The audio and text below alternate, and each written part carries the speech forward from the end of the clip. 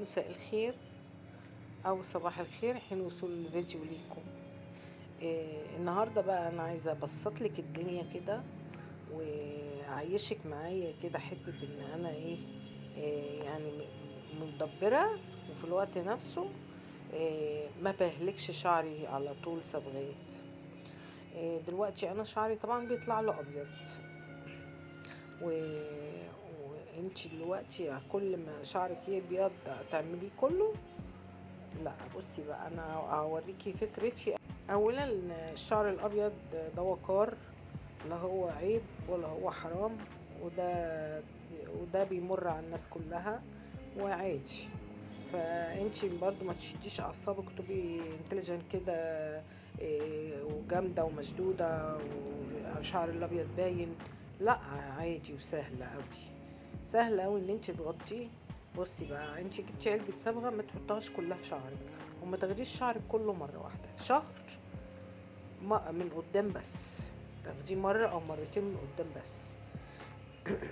تاني شهر او في مناسبة تاخديه من جوه ومن بره كله، كل الجذور. لو في مناسبة، مفيش مناسبة حاولي توفري شعرك، ما تهلكوش على قد ما تقدر. تاخدي الحتتين اللي قدام باينين، وتاخدي اللي ورا، من ورا الودن، اللي ورا اللي قفل الودن التانية. الحتة دي اللي من بره، مش من جوه الشعر، من بره. ودلوقتي ده اللي انت هتشوفيه معايا خطوة بخطوة. اولا الصبغة بنات، مش في نوع رخيص، في من 50 لو انت طالع لحد 200. يعني انت طبعا امكانياتك جيب اللي انت عايزاه من 50 لحد 200. فانت جيبي اللي انت على قد امكانياتك واللي انت صالح لشعرك. فانا دلوقتي مثلا بجيب من النوع مثلا ام 50 دي مثلا ممكن تقضيكي 3 مرات في الشهر تعملي الجزء اللي قدام ده بس. تمام. واما ام 200 ممكن تقضيكي مرتين 2 في الشهر، تعملي الجزء اللي قدام ده بس اللي انا بعمله معاكي. طبعا انا قاعده قدام مرايه الكنسون، قاعدة في الأرض وقدام المراية، وأنا بعمل على المراية، يعني أنا بشوف نفسي بالمراية. انتي بتقعدي بتلمي شوية شعر اللي ورا دول اللي انتي مش هتعمليهم، بتلميهم بتوكة خالص عشان ما يخبطوش في الألوان ويبقى اللون ملطش. زي ما انتي شايفة كده انا لميت شوية اللي ورا بالتوكة، وابتديت بقى الجزء اللي انا طلعته. خدت اول حاجة الفرق بتاعه كله من اول الود، من اول القطات دي لحد القطات التانية، وتبتدي بقى تاخديه بقى زي ما انت شايفة كده. عيشي معايا الدور وانت هتوصلي لنتيجة جميلة. وتقوليش بقى تنزلي الكوافير والكوافير يفتشنا، واحنا طبيعي متفتشين خلقة. والله احنا متفتشين خلقة، يعني احنا ما مش حمل تفتيش. فاعملي على ايدك وبلاش بالكوافير.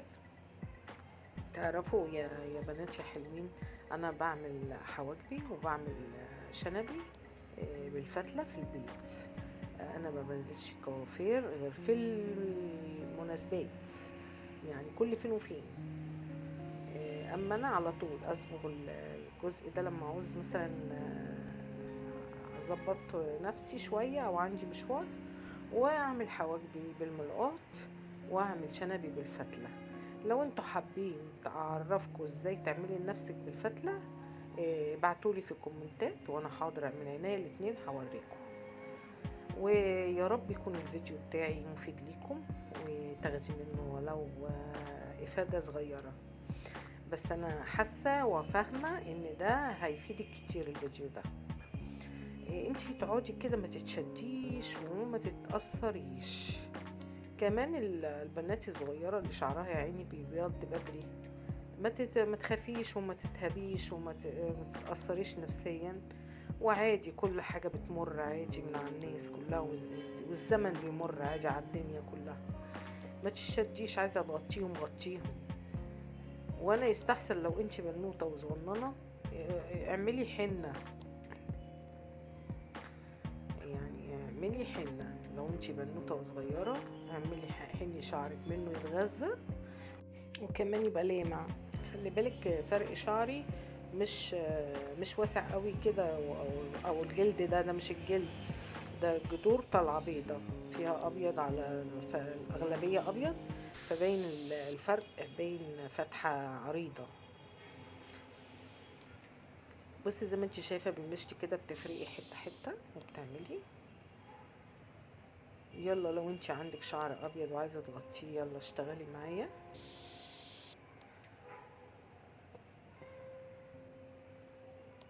عايزه اقول لكم حبايبي بحبكم صدقوني، ولو انتي معايا لحد دلوقتي عشان حبي ليكي الجامد ده انزلي حطي لي اللايك والكومنت العسل، العسل اللي على ذوقك.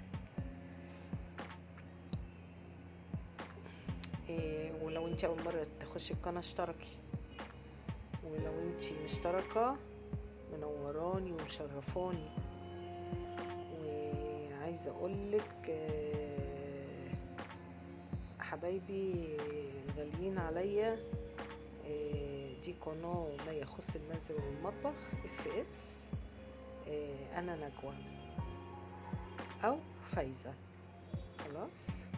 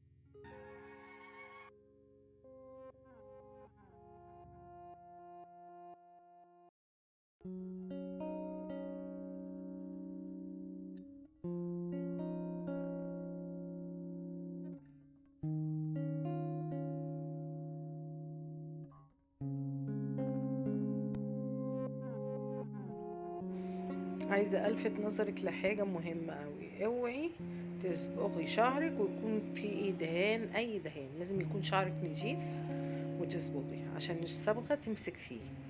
ولو انتي حاطة ولو انتي حاطة الصبغة أم 200 جنيه، ممكن تقعد في شعرك ساعة، نص ساعة، ساعة إلا ربع.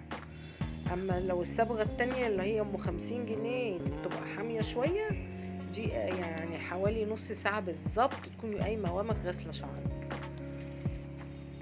ما تغيبيش عن نص ساعه في الصبغه اللي هي ام 50، اللي هي الانبوب الطويل ده. طبعا انت بتنقي اللون اللي يعجبك واللي يريحك، مش انا اللي هختار لك لونك، انت بتنقي اللون اللي يعجبك. انا قلت لك الاسعار تبدا من 50 وانت طالع لحد 200. وانتي طبعا وشعرك، انا عامه شعري بيقع جدا، فانا جايباله الصبغه ام 200 جنيه عشان ما فيهاش مليون والله، وبرضه شعري بيقع. ما فيش حاجه يعني رحمه يعني، ولا صبغه ولا في مشكله بيني في الميه، في حاجه غلط.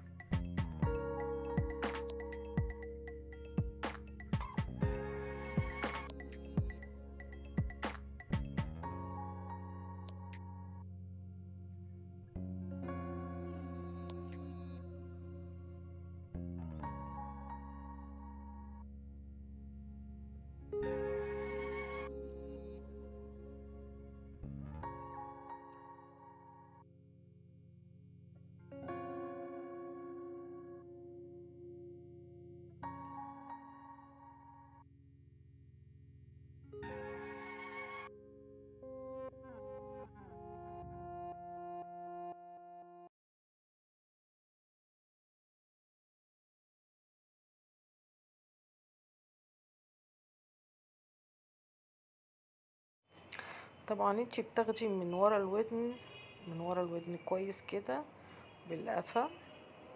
ليه؟ عشان لو حبيتي ترفعي شعرك بكحكة دول حصان في شعرتين من ورا بيت اتسبغوا معاكي كده، كده ترفعي يبقى الابيض مثلا في النص مش باين، من قدام ومن ورا كله تمام. فانت منك بتوفري الصبغة ومن بتوفري ساحة شعرك.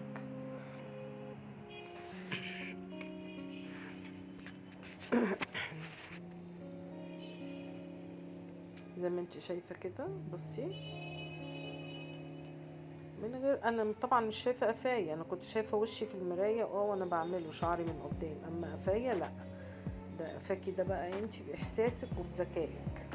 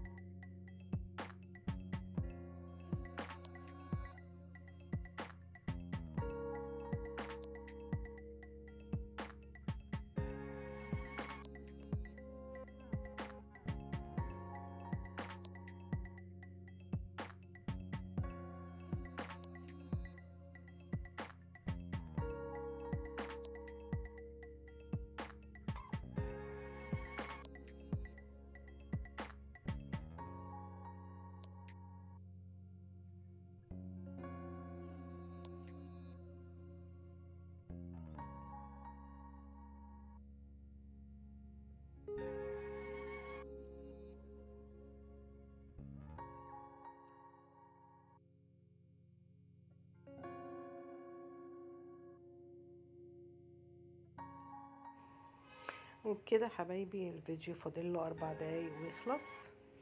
وعايزه اقول لكم يا رب يكون المشاهده افادتكم، ويعتبر ان انتي بتوفري يعني بعلمك ازاي توفري صحة شعرك، وبعلمك ازاي توفري فلوسك، يعني منك فلوس ومنك صحة شعرك. وطبعا الطريقة كمان انا بعملتها قدامكم، يا رب برضو تكونوا استوعبتوها. وما تخافيش، عايزاكي ما تخافيش وتجرأي واعملي، بس يا ريت تلبسي حاجة ما تخافيش عليها، عشان لما بيقع عليها صبغة الهدوم ما تبص عليكي. تلبسي حاجة ملهاش لازمة، بحيث لو وقعت عليها صبغة ما تبقاش ايه خسارة. وزي ما انتي شايفة كده بقى معايا برضو بشطبه وهو معاكي الشعر كله، بخلصه وانا معاكي اهو. عشان برضو تستوعبي شوية مني. انتي تقعدي كده بهدوء في الارض، عندك مراية زي كده، وانتي قاعدة شايفة نفسك، انتي كده تعرفي تعملي كويس قوي.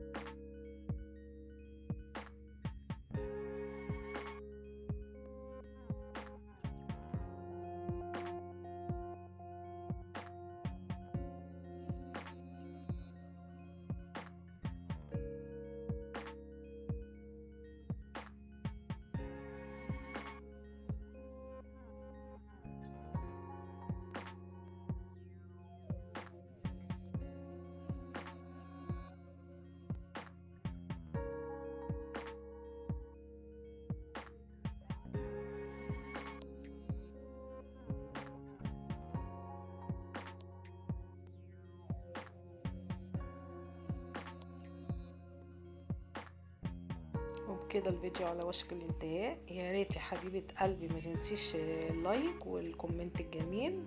وبكده اترككم في حفظ الله ورعايته. مع السلامة حبايبي، باي باي.